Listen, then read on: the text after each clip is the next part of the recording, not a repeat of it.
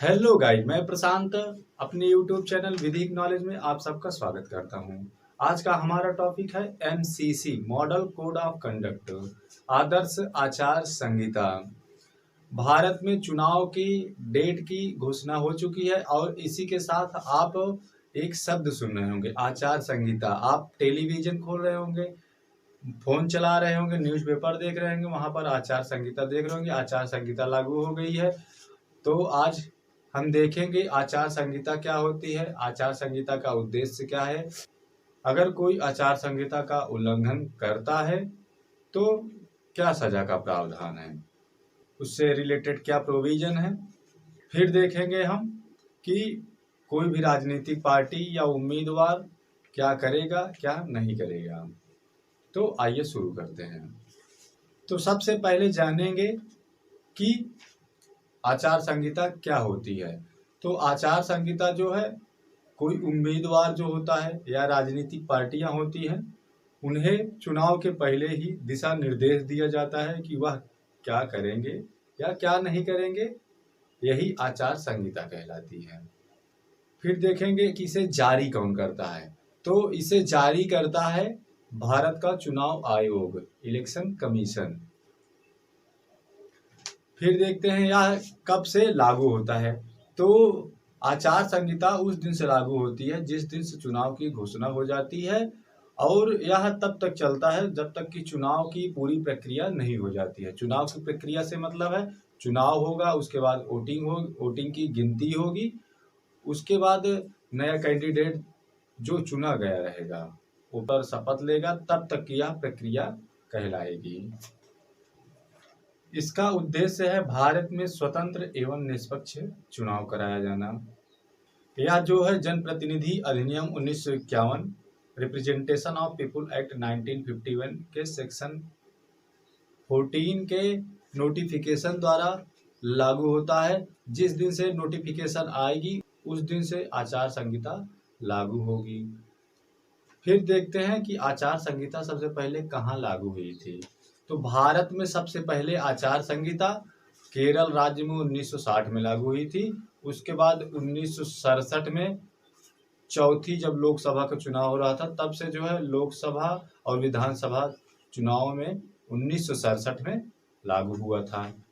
उसके बाद हम देखते हैं कि कोई भी राजनीतिक पार्टी क्या करेगी या क्या नहीं करेगी, इसके लिए क्या नियम है, आइए देखते हैं। सबसे पहला है कि कोई भी राजनीतिक पार्टी जाति या धर्म के आधार पर वोट नहीं मांगेगा। यही कारण है कि कोई मंदिर या मस्जिद या गुरुद्वारा या कोई अन्य धार्मिक स्थान, वहां पर जो है वह न तो कोई रैली कर सकता है, न ही कोई सभा का आयोजन कर सकता है। फिर अगला है कि कोई भी राजनीतिक पार्टी या उम्मीदवार किसी ऐसी गतिविधि में शामिल नहीं होगा जिससे जाति या धर्म के आधार पर दंगा भड़क सके।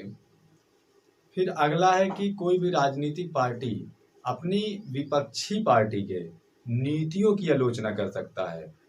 वह जो है उस पर व्यक्तिगत टिप्पणी नहीं कर सकता है, कि जैसे एक विपक्षी पार्टी है, उसका कोई उम्मीदवार है, तो उसका जो पर्सनल उस पर टिप्पणी नहीं कर सकता कि यह काला है, गोरा है, या इसके घरेलू क्या चल रहा है मैटर।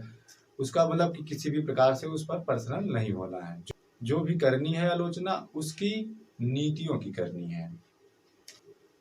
फिर अगला है कि कोई भी उम्मीदवार या राजनीतिक पार्टी किसी भी मतदाता को जो है न तो किसी प्रकार का घूस देगा, ना ही उन्हें डराएगा या ना ही उन्हें धमकाएगा। कोई भी राजनीतिक पार्टी या उम्मीदवार किसी भी मतदाता को चुनाव के दिन या चुनाव से 48 घंटे पहले किसी भी मतदाता को शराब नहीं पिलाएगा। फिर अगला नियम है कि कोई भी राजनीतिक पार्टी या उम्मीदवार जो है किसी के घर में, घर की दीवार पर या उसके चार दीवारी पर किसी भी प्रकार का बैनर या पोस्टर लगाने पहले उसके मालिक से अनुमति जरूर लेगा। अगर वह मालिक अनुमति देता है, अलाउ करता है, तभी वह पोस्टर या बैनर लगा सकता है, नहीं तो नहीं लगा सकता है। फिर अगला नियम है कि कोई भी राजनीतिक पार्टी विपक्षी पार्टी के सभा में न तो अपना पर्चा बांटेगा, न तो अपनी पार्टी का वहां पर नारा देगा, और ना ही ऐसा कोई कार्य करेगा जिससे उस पार्टी की सभा जो है उस समय बंद कर दी जाए। ऐसा कोई कार्य नहीं करेगा। अगला नियम है कि सभा का आयोजन करने से पहले वह पार्टी जो है वहाँ की स्थानीय पुलिस को इसकी सूचना देगा कि किस तारीख को किस स्थान पर कहाँ पर सभा का आयोजन होगा, सभा का शेड्यूल क्या होगा। अगर कोई एक स्थान है वहाँ पर कई जगह पर उन्हें कार्यक्रम करने हैं तो वह किस समय पर किस जगह पर कार्यक्रम करेगा उसकी पूरी सूचना स्थानीय पुलिस को देनी होगी। अगर यह सूचना दे दी जाती है तो उसके बाद जो है उसके शेड्यूल में कोई परिवर्तन नहीं किया जा सकता है। मतदान के दिन मतदाता को जो पर्ची दी जाती है एक वोटिंग करने के लिए, तो उसमें जो है किसी भी उम्मीदवार के या किसी भी राजनीतिक पार्टी का न तो सिंबल होगा न तो उसका नाम लिखा होगा। पर्ची वैसे ही सादी रहेगी, ब्लैंक रहेगी। सत्ताधारी दल के मंत्री चुनावी दौरों के दौरान किसी भी सरकारी कर्मचारी या सरकारी वाहन या सरकारी भवनों का इस्तेमाल नहीं कर सकेगा। सार्वजनिक स्थानों, हेलीपैडों या हवाई जहाज पर वह न तो अपना नाम लिखवा सकता है न ही किसी प्रकार का ऐड दे सकता है। अगला नियम है कि सरकारी खर्च पर वह ना ही कोई विज्ञापन जारी कर सकता है, ना ही कोई बैनर छपवा सकता है। चुनाव के दौरान सरकारी माध्यमों को अपने चुनाव का माध्यम नहीं बनाया जा सकता है कि सरकारी माध्यमों को लेके उनसे प्रचार प्रसार किया जाए। कुछ अन्य नियम देखते हैं। चुनाव की तारीख की घोषणा के बाद कोई भी मंत्री क्या कार्य नहीं कर सकते हैं, तो देखते हैं। कोई भी मंत्री या उम्मीदवार किसी भी प्रकार के वित्तीय अनुदान या कोई नई घोषणा नहीं कर सकता है, जैसे कि बिजली देंगे, सड़क देंगे या सरकारी हॉस्पिटल देंगे या स्कूल देंगे। इस प्रकार की कोई भी घोषणा नहीं कर सकता है। सरकारी या किसी विभाग में तदर्थ एड हॉक की नियुक्ति नहीं कर सकता है। फिर देखते हैं कि आचार संहिता का कोई पार्टी या कोई उम्मीदवार उल्लंघन करता है तो उसके लिए क्या प्रावधान है। तो इसके लिए जो है IPC, CrPC, representation of people act, ये सब के नियम जो है इसको प्रोटेक्ट करते हैं।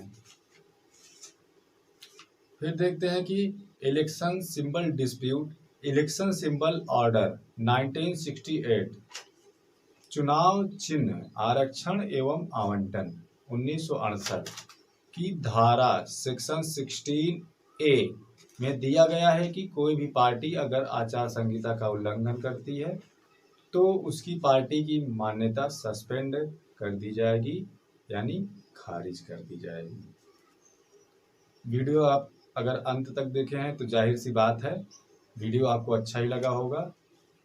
जो भी फ्रेंड्स चैनल पर नए आए हैं और अभी तक चैनल को सब्सक्राइब नहीं किए हैं वह चैनल को जरूर सब्सक्राइब करें और बेल आइकन को जरूर प्रेस करें ताकि आने वाली न्यू अपडेट आप तक पहले पहुंचे।